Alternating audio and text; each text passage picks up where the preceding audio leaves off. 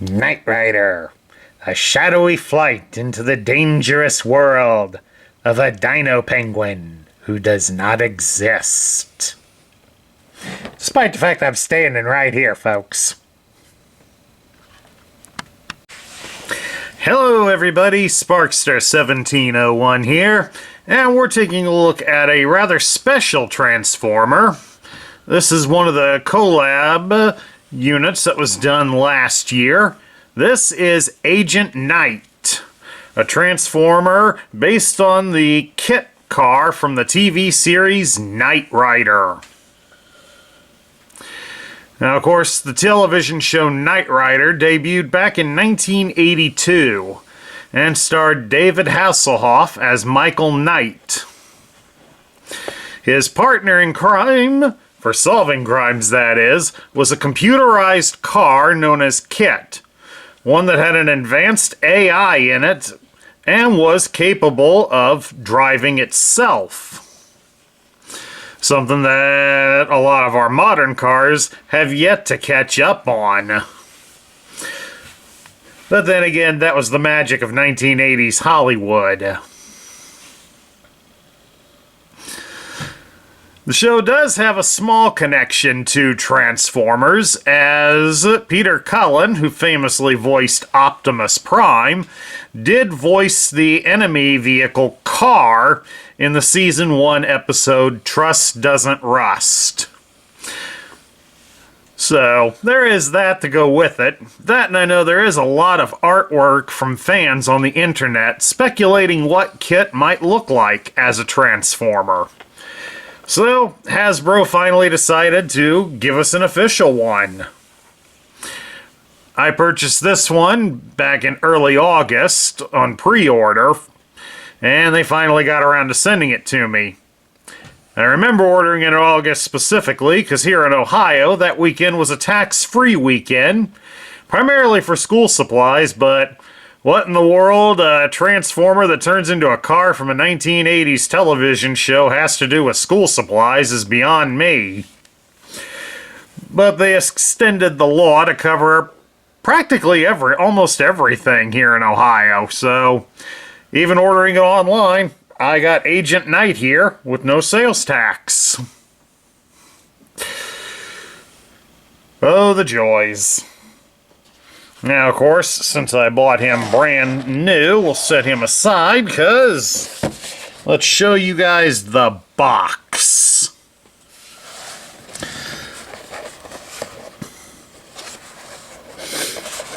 It's done up in a Generation 1 style of packaging.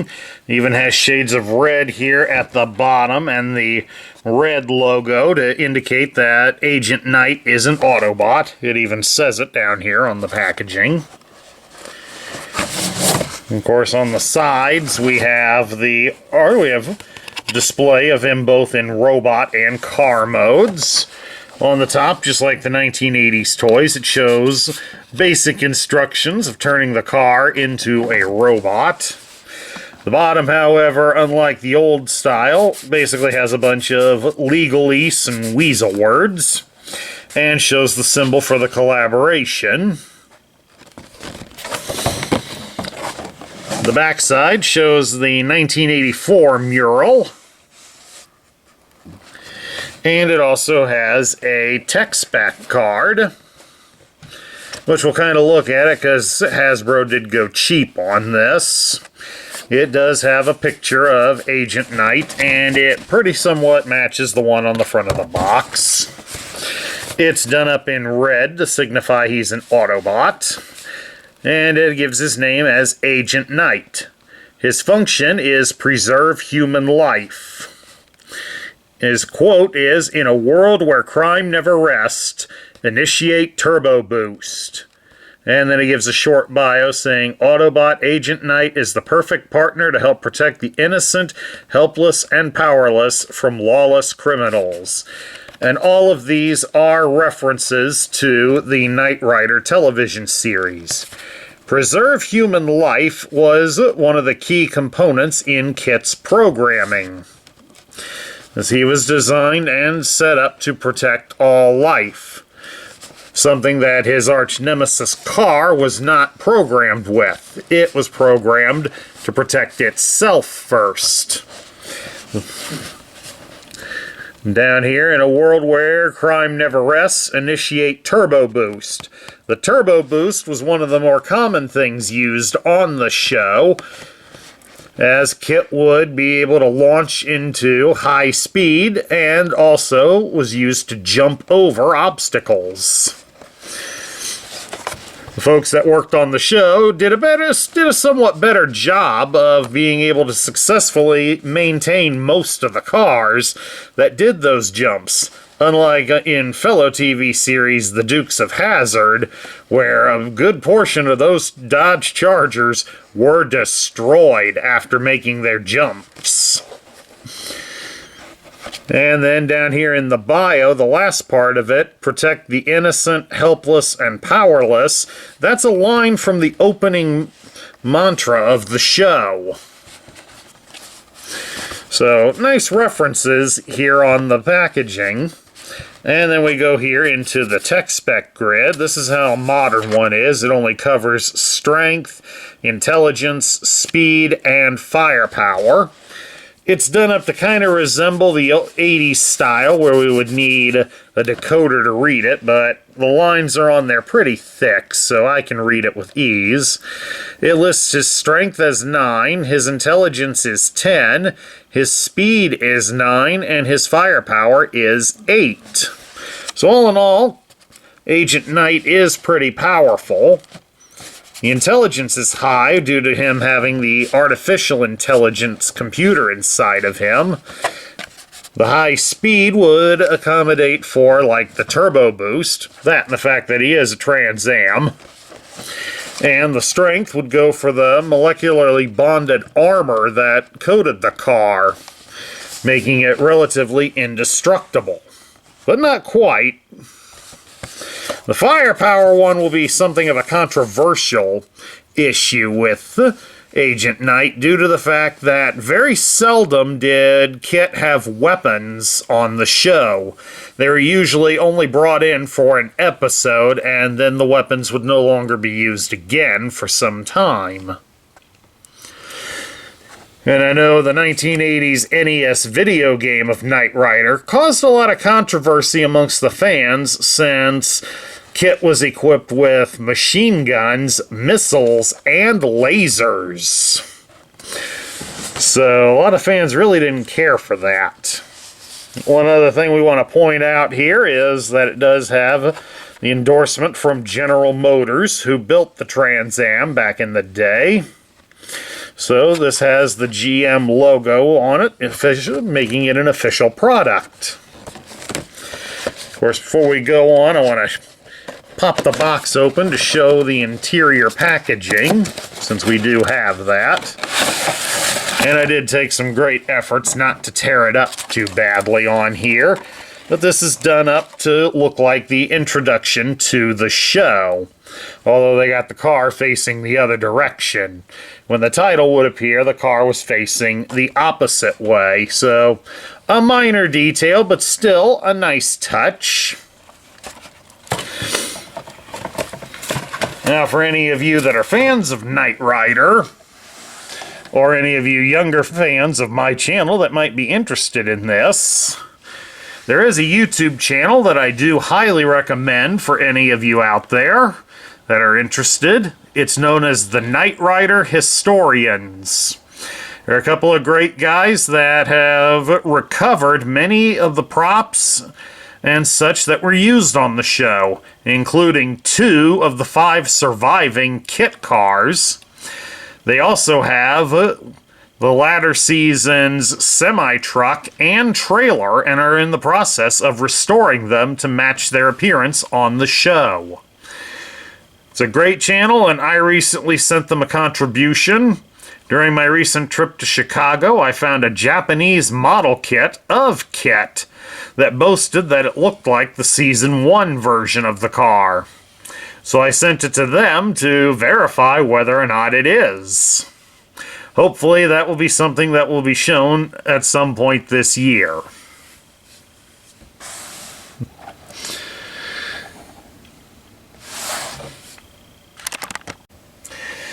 Now, one special thing I want to point out here about Agent Knight before we get into too much of the other things. Agent Knight is a battery-powered toy. Here on the instructions, you can see right there, he requires 3 A76/LR44 1.5 volt batteries. Unfortunately, Hasbro, in their infinite cheapness, does not include batteries. So imagine how much fun I had finding out I had to go spend $10 on batteries. But at any rate, when you have the batteries installed, there's a button right here on the hood that you can press and it will activate him. The scanner will light up just like it did on the show. And Agent Knight will talk. So let's fire him up.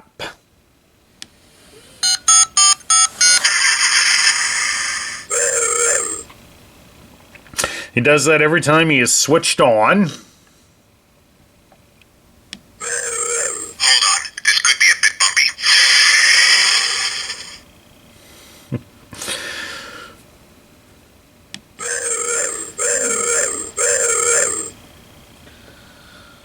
That was just him sweeping the bar sweeping across, so he didn't speak that time. That time he hit the brakes. That's the recliner in the background. Are you sure this is the right way? Very well. KITT always did have a habit of questioning Michael's actions. Thank you, sir. KITT always was very polite. So he just said, "Thank you, sir," in case you didn't hear it. I am the voice of Knight Industry 2000's microprocessor, KITT for easy reference. KITT if you prefer. Classic intro from the show. Hold on, this could be a bit bumpy. And that's all that he says. But if you leave him alone for about a minute or so, he will actually say, "This is KITT signing off," and then shut down. We'll see if we can get him to do that.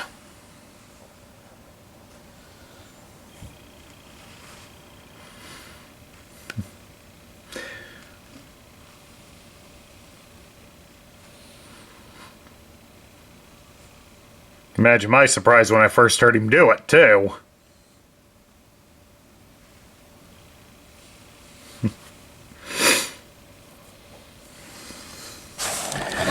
But at any rate, the batteries would go down here. And this would be where the battery cover is. You need a small screwdriver to get in there.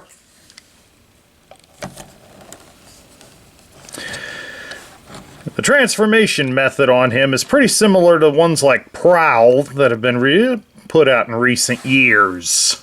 KITT signing off. And there he just went. He just said KITT signing off. So he has now turned himself off. Let's get down to the other accessories, shall we? First accessory we have is this rifle. And it's done up like a rather generic rifle. I mean, we have a large fin in the back, probably could be used as a sight line, and a bent magazine. There are a couple of posts on the opposite side. One is to attach it to the back of the vehicle, and the other one can attach under the vehicle for storage. And of course, back here, we have a pistol. And it has tabs on both sides, again, for the same thing. It's kind of a sci-fi inspired pistol. You see back here on the doors, there are a couple of molded in holes. And the tabs from the guns can be pressed into them, so that way the guns can be stored on him.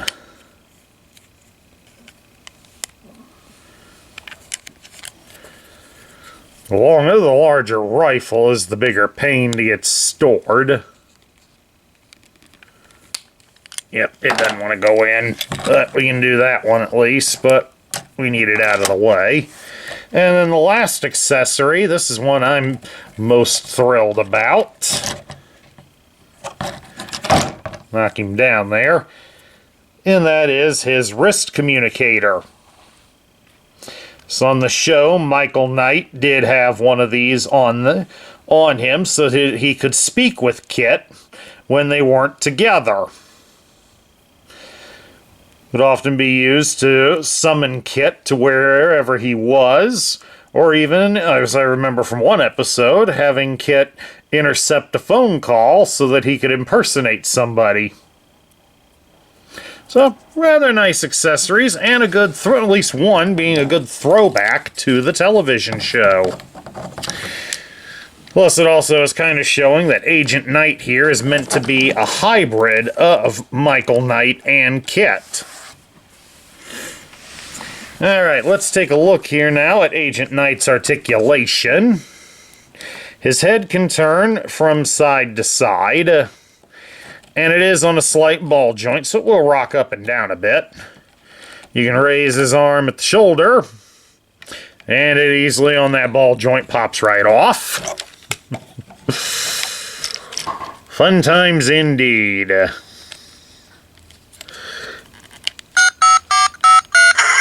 And I just inadvertently switched him back on. So he might go off on us again, but you can also swivel the arm all the way around at the shoulder, but you do have to be aware that the door will get in the way. You can bend his arm at the elbow about 90 degrees, and he does feature a swivel at the bicep, so he has G.I. Joe battle grip. You can twist him at his hips, so Agent Knight can dance a little. You can spread his legs apart into a full splits. Does have a pretty decent thigh cut. You can bend his leg at the hip 90 degrees, and you can bend him at the knee 90 degrees. Plus you can also bend his toes, but that's more for transforming him than anything else. Okay, to transform Agent Knight back into KITT, we start by coming around here to the back where the doors are, and we shift them back to a more horizontal position. And then we'll raise up the windshield a bit, just to kind of get him out of the way. We'll come around here to the front, and we're going to separate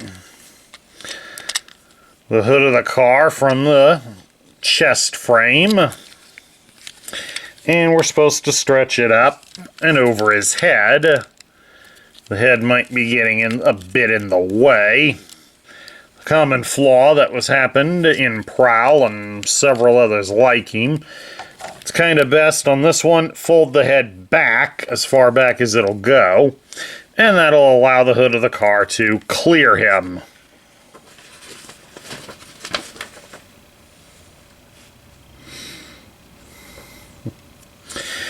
And now, once we've done that, we take the head, turn it around, and then fold it downward into this cavity here. And then we'll reach inside the hood here, and we're going to fold up this little piece here. That will help close the hood off. So now we can bring it right side up and adjust the windscreen so that it connects to the hood of the car, just like that. Now we come around here to the back side, press the legs together, just like that. And then we will turn him at his hips so that the legs now face the back side. You'll come down here to the feet and we'll fold the toes inwards. Just like that. And then now we reach in here to the thighs And these covers should open. There we go. Kind of helps to reach in from the bottom. You'll come in there and open them upward.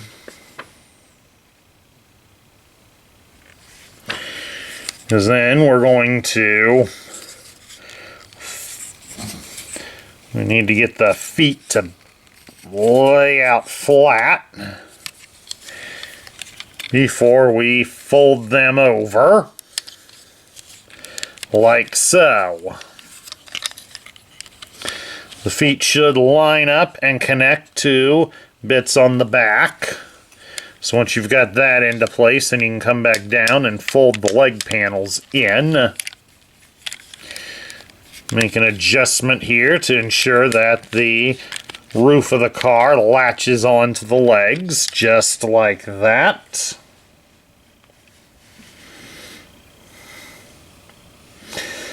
So then once we've gotten that done, we can close the car doors.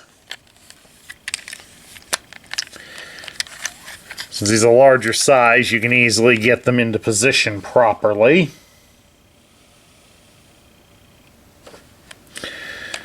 Then we come down here and we're going to turn the arms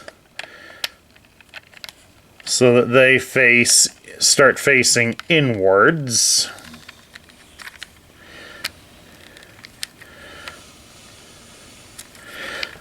Because as you'll see, there's a post protruding from the arms, and they're going to line up as we fold them inward and connect to those holes near the head. Just get it in and lock them down tight. Just make sure you're turning as well so you get the front wheels put into position. And then there we have it, folks. You have turned Agent Knight back into KITT.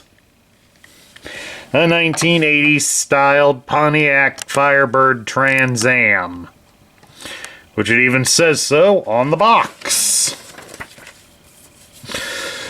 Believe it or not, due to the popularity of the television show, Pontiac actually begged the producers of Knight Rider to not mention that the car was a Trans Am, since too many people coming to buy one were disappointed that the interior didn't look like KITT. Problem was, the people on the show, they didn't have to go out of their way to say it was a Trans Am. The car was a Trans Am. Modified, but still. All in all, if you got him set up correctly, he should roll pretty good. Oh yeah, he rolls pretty good here. And of course, down here on the legs, there are a couple of posts where you would be able to attach the weapons.